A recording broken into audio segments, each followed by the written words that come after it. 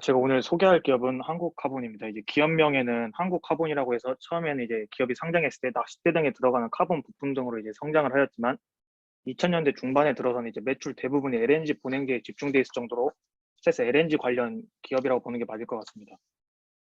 순서는 다음과 같습니다. 먼저 산업 분석하겠습니다. 이제 상선의 분류를 보자면은 상선은 주로 이제 실는 화물에 따라 종류가 나뉘게 됩니다. 이제 고체류를 싣게 되면 벌크선, 액체류, 원유, 화학 제품 같은 걸 싣게 되면 탱크선, 이제 흔히 아시는 컨테이너를 싣게 되면 컨테이너선, 이제 LNG나 LPG 같은 가스를 싣게 되면 보통 가스선이라고 부르게 됩니다. 이제 LNG선이 뭐냐면은 영하 160도 이하에서 기체 대비 600분의 1 부피의 액화 천연가스를 수송하는 선박입니다. 이제 LNG 선박과 LNG 선박은 LNG 추진선과 LNG 운반선이 있는데 그 사이엔 차이가 존재합니다. LNG 운반선 위에서 설명했던 것처럼 LNG를 싣고 운반하는 선박입니다. LNG 추진선은 기존 황유 디젤 연료를 사용한 엔진을 돌리는 게 아니라 LNG를 연료로 사용해 추진력을 얻는 선박입니다. 최근 친환경 규제에 따라서 위에 말씀드린 벌크선, 탱크선, 컨테이너선 등도 기존 디젤 연료에서 LNG 추진선으로 변화하는 추세를 가져가고 있습니다. 다음은 LNG 운송 흐름입니다. 위에 보시다시피 이렇게 액화 플랜트, LNG 해양 수송, 제기화 플랜트, LNG 저장소 등으로 옮기게 되려면 본행제가 필수적으로 필요하게 됩니다. 왜냐하면 앞서 말씀드렸다시피 천연가스는 기체 상태를 유지해야 하고 열의 유입을 막기 위해서 LNG 본행제가 필수적입니다. 이제 앞서 말씀드린 LNG 선박에는 두 가지 종류가 있습니다. 모스와 멤브레인 방식이 있는데 이제 위에 동그란 사진이 모스 방식, 아래 네모난 방식이 멤브레인 방식입니다. 모스 방식은 탱크가 선체로부터 독립되어 있는 구형 방식이고 저렇게 동글동글해서 사진으로 보시다시피 공간 효율성이 좀 덜 나오는 편이고 상부가 돌출되어서 운행 시에 시야를 많이 가리게 됩니다. 또한 연비가 낮은 외형기관이 많이 사용하고 아래 보시는 멤브레인 방식 같은 경우에는 탱크 외벽이 선창 내벽과 일치해서 효율성이 좋고 선체가 압력과 중량을 지지하게 됩니다. 또한 상부 돌출이 돼 있지 않아서 시인성도 매우 좋은 편입니다. 따라서 대부분의 이제 수주하는 회사들이 건조비가 저렴하고 공간 효율이 더 좋은 멤브레인 방식을 사용하는 걸 선호해서 대형 선박에 대부분 적용되고 있습니다. 앞에서 말씀드린 멤브레인 방식은 또 다시 한번 두 가지 방식으로 나뉘게 됩니다. 마크3 타입과 NO96 타입으로 나뉘게 되는데 마크3 타입은 폴리우레탄이 주 재료입니다. BOR이 더 낮은 수치를 기록해서 경제성과 단열 능력이 우수하고 주로 우리나라로 따지면 현대중공업 그룹 대부분, 삼성중공업 대부분이 다 사용하고 있습니다. NO96 같은 경우에는 마크3에 비해서 BOR이 좀 더 높은 편인데 자작나무와 화산재를 이용하고 대우조선해양에서 사용하고 있습니다. 배를 주문하는 선주들은 동일 조건일 때 BOR 지수가 더 낮은 마크3 타입을 선호하는데 그 이유는 이제 BOR이 뭐냐면은 BOG, LNG 탱크에서 자연적으로 증발하는 천연가스를 말하는데 그 수치가 이제 일일 기화율을 BOR이라고 말하고 탱크 내부 압력을 유지하려면 이 BOR을 지속적으로 제거해줘야 합니다. 이 지속적으로 제거하기 위해서는 돈이 들기 때문에 당연히 선주들 입장에서는 돈이 덜 드는 마크3 타입을 선호하게 되는 것입니다. 다음은 조선업의 호황입니다. 21년도 들어서 큰 폭으로 수주량이 늘어간 모습을 볼 수 있습니다. 다음은 IMO 국제회사기구의 환경규제입니다. 2020년에는 2008년도 대비 황산화물 20% 감소, 2050년, 맨 아래 표를 보시면은 2008년도 대비 50% 감소인데 장기적인 대응의 규제를 보시면은 계속 강화되고 있고 대응하려면 LNG 선박이라는 그런 대안밖에 없는 상황입니다. 먼저 그 규제에 대응하기 위해서는 세 가지 방식이 있습니다. 먼저 저유황유 방식이 있는데 정유황유라고 하면은 황함유량 0.5% 이하를 말하고 대부분 기관에 사용해서 엔진 개조가 불필요하다는 장점이 있지만 피스토닝 및 실린더 라이더 스커핑 가능성이 있어서 엔진 고장을 유발할 수 있어서 2,400억에 육박하는 LNG 선에는 매우 치명적이라고 볼 수 있습니다.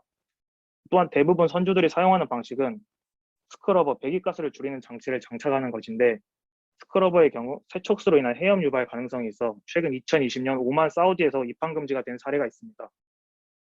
위의 단점들을 생각해 봤을 때 장기적으로 봤을 때는 초기 비용이 많이 들고 연료비가 저렴하고 안정적이고 규제가 대응 가능한 LNG 추진선이 주목받고 있습니다.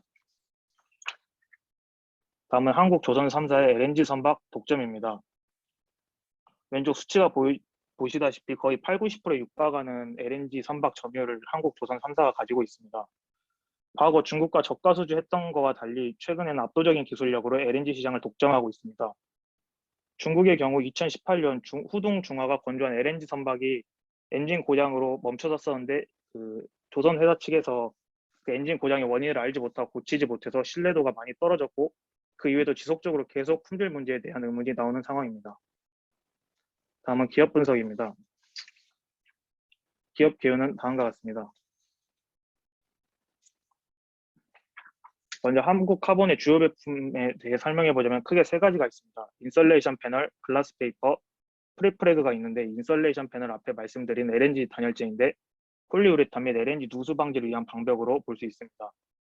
아래 글래스 페이퍼, 프리프레그는 큰 비중을 차지하지 않지만 미래 탄소 시장이 주목받고 있기 때문에 한번 설명을 하자면 고강도 고탄성을 특징으로 그 용도가 무한한 복합 소재이며 경량 신소재로 스포츠 레저나 차량 경화 사업 등에 사용되고 있습니다. 다음은 주요 제품 매출액 비중입니다. 93%가 산업재 LNG와 카본이 아니라 LNG와 GP 부분에 집중되어 있는 걸 볼 수 있고 2020년, 2021년에 굉장히 많은 수주량을 기록하고 있는 것을 볼 수 있습니다. 그림으로 보여지는 것이 제가 아까 말씀드린 LNG 단열재입니다. LNG 단열재에 대해 좀 더 자세히 설명드리자면은 이제 여기 왼쪽 그림에 노란색 사이에 2차 방벽이 있고 노란색이 있는데 이제 노란색과 그 2차 방벽이 한국카본이 수주하는 제품들입니다. 천연가스는 메탄, 에탄, 프로판 세 가지로 구성되어 있는데 여기서 메탄이 플라스틱 나무를 뚫고 나가는 성질을 가지게 됩니다. 그래서 이러한 메탄을 차단하기 위해 금속 성분이 필요한데 그 금속 성분 안에 그 고냉지 안에는 금속 성분을 넣는 게 불가능해서 그 노란색 사이에 보이시는 그 흰색 판 2차 방벽인 트리플렉스가 들어가게 됩니다. 트리플렉스는 알루미늄 판에 앞뒤 유리 섬유를 덧대어서 메탄을 차단하는 방식입니다. 마크3 부품면 플레이어입니다. 그 한국카본과 동서화인텍이 고냉지 시장을 독점하고 있는데 동성화이텍은 한국카본이 만들지 못하는 탱크 부분을 만들 수 있고 한국카본은 동성화이텍이 가져가지 못하는 트리플렉스 부분을 만들고 있으며 오히려 그 트리플렉스 부분은 동서화인텍에 납품을 하고 있는 상황입니다. F 트리플렉스 점유율은 한국카본이 글로벌적으로 70% 정도, R 트리플렉스는 점유율 100% 정도를 한국카본이 독점하고 있는 모습을 보실 수 있습니다. 다음은 투자 포인트입니다. LNG 선박 수주 증가입니다. 그 그림에 보시다시피 2040년에는 2배가량의 글로벌 LNG 수요가 있을 것으로 예상되며 그동안 연평균 30척에 미치지 못했던 그 LNG 운항선 발주량이 2020년에서 2040년 이후로는 연평균 5, 60대 이상을 기록할 것으로 예상되고 있습니다. 일단 두 번째 투자 포인트는 LNG 선박의 발주 증가입니다. 앞서 말씀드렸다시피 LNG 운반선이 아니더라도 LNG 추진선으로 인한 교체가 필요해 보이는데 그런 교체 수요가 17,000척이 넘는 것으로 표에서 확인해 보실 수 있습니다. 다음 투자 포인트는 러시아 우크라이나 전쟁 사태입니다. 러시아 우크라이나 사태 이후 천연가스 가격이 급등하면서 매우 불안정한 가격을 보이고 있습니다. 유럽 전체는 천연가스 사용량의 35%를 러시아에 의존하고 있는 상황입니다. 최근 상황이 노드스트림 2가 폐쇄 가능성이 언급되고 있는데 노드스트림 2라 그러면은 러시아에서 시작해서 독일로부터 파이프관을 이용해서 천연가스를 가져오는 방식입니다. 천연가스 거래량 중에서 65%를 파이프라인을 통해 수입하고 있습니다. 위에 또 보시면은 이런 사태에 대비해서 유럽에서 러시아 비중을 늘리고 미국에서 수입하는 천연가스량을 늘렸던 상황이 보이고 있습니다. 최악의 경우 노드스트림 2 폐쇄 가능성이 제시되고 있는 상황입니다. 앞서 말씀드렸다시피 노드스트림 2가 최악의 경우 폐쇄될 수도 있는데 노드스트림 2를 대체하기 위한 LNG 선수를 한번 계산해 봤습니다. 노드스트림을 전체적으로 LNG선이 대체하게 되면 70척이라는 LNG선이 추가로 필요하게 됩니다. 작년 조선 3사가 수주한 LNG 운반선 수주량이 67척인 걸 감안하면 매우 큰 수치라고 말씀드릴 수 있고 노드스트림 2가 폐쇄되지 않아도 유럽 국가들이 러시아 천연가스 비중을 줄일 거라는 건 당연한 사실입니다. 다음은 트리플렉스를 독점하고 있는 한국카본입니다. 트리플렉스 국산화를 통해서 트리플렉스 글로벌 점유율 70% 이상 R 트리플렉스 글로벌 독점을 하고 있습니다. 트리플렉스는 척당 30억 내외 본행대 중 가장 고부가 고마진 상품으로 알려져 있습니다. 경쟁사로 있는 동성 화이텍은 트리플렉스 생산 능력이 전혀 없고 탱크만 그 수주가 가능하기 때문에 동성 화이텍에 비해서 높은 영업이익률을 보여주고 있습니다. 또한 이게 진입 장벽이 매우 높아서 새로운 회사가 들어와서 만들기는 굉장히 어려울 것으로 판단되고 있습니다. 다음은 리스크 부분입니다. 아무래도 원자재 가격을 많이 받는 사업이다 보니까 최근 MDI 가격이 많이 올랐을 때 수익률이 최근 좋지 않았고, 작년의 경우에는 미국에 위치한 코베스트로 공장 설비 문제로 MDI 가격이 폭등한 영향이 있습니다. 다음은 사이클 산업이라는 겁니다. 아무래도 LNG 수주량에 매우 큰 영향을 받다 보니 조선 산업이 안 좋아지면은 한국 카본 자체도 안 좋아지는 그런 영향을 받을 수 있겠습니다. 다음은 발류에이션입니다. 한번 확인해 주시면 되겠습니다.